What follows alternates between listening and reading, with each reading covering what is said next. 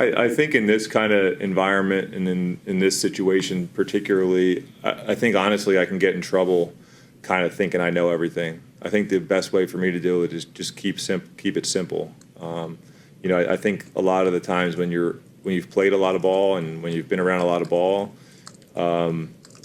you can get to the point where you overcomplicate things and you're just making things harder on yourself. So honestly, I think my experience in this regard is going to help me in the sense that I don't have all the answers. Just keep it simple.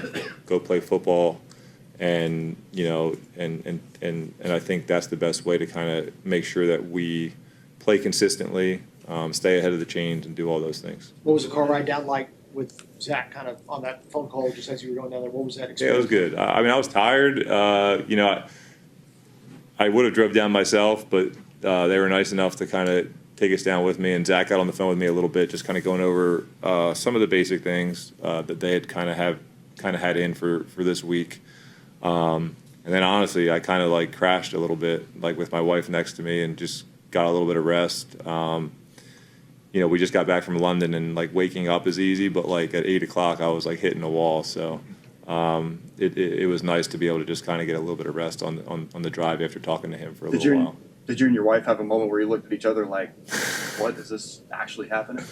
I think the last couple weeks we've had those moments, A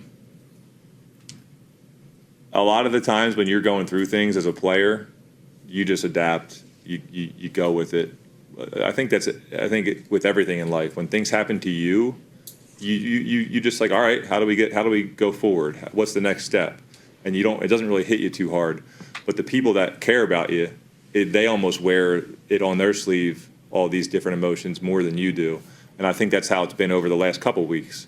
So honestly, like when this ended up happening, I think there was a little bit of excitement from her, and yeah, we looked at each other and were like, well, what the hell?